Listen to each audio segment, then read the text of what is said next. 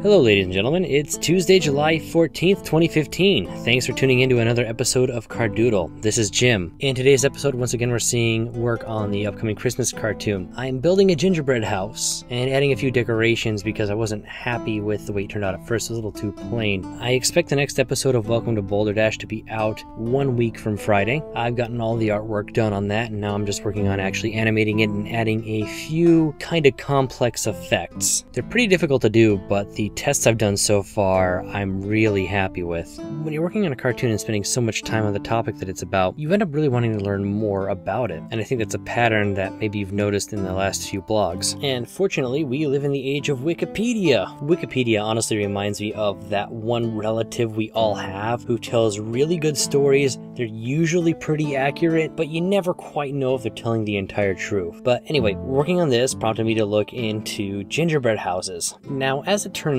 out, sweets similar to gingerbread have actually existed for several thousand years, typically in the form of something like a honey cake, and ginger is one of the things that was used to spice it and give it a little bit of flavor. Now, this isn't the same as actual gingerbread. It's actually thought that gingerbread, the way we would think about it, came around closer to 1,000 to 900 years ago. And one really interesting thing about it is apparently the ginger doesn't just add flavor to it, it acts as a preservative, which would have been really useful during that time. So Europe in the late Middle Ages would have different groups of bakers, so it's not like a bakery you would see in a grocery store today where you could find all kinds of things, cookies, cakes, bread, whatever. A lot of times you'd actually have bakers who were dedicated to a specific kind of food. So gingerbread bakers often were in their own group, and it was considered an actual profession. And as with a lot of stuff that shows up around Christmas and the holiday season, gingerbread was often sold outside of churches, which made a lot of sense. These are gathering places for a lot of people. And they were shaped into all sorts of things, like people or animals. One thing that I thought was really cool is that oftentimes it would be shaped into a relief of a patron saint on that saint's name day. And in some cases, gingerbread shaping was even considered pop art, and even used as decorations. Now, the origin of building gingerbread into houses isn't known. It has actually been theorized by some historians that it was directly inspired by the story of Hansel and Gretel, which is actually kind of funny because Hansel and Gretel is such a dark story, and yet somebody thought, hey, let's build a house like the witch had in this horrifying story about child murder and abandonment, and let's give it to the kids around the Christmas tree. Now, that's just kind of a theory that some historians have. A lot of people actually think the fairy tale was inspired by the already existing gingerbread houses, but I really kind of hope it's the first one because it's kind of darkly hilarious to me. Well, anyway, I hope you enjoyed watching me work on a gingerbread house while talking about gingerbread houses. Let me know if you like the direction this series is going. Do you like it when I talk about interesting facts about the subjects I'm working on? Or would you prefer I kind of stick to talking about artwork and the creation of the cartoon? Or would you prefer more of a blend of both of those things? Go ahead and let me know in the comments. Also, bear in mind, if you want input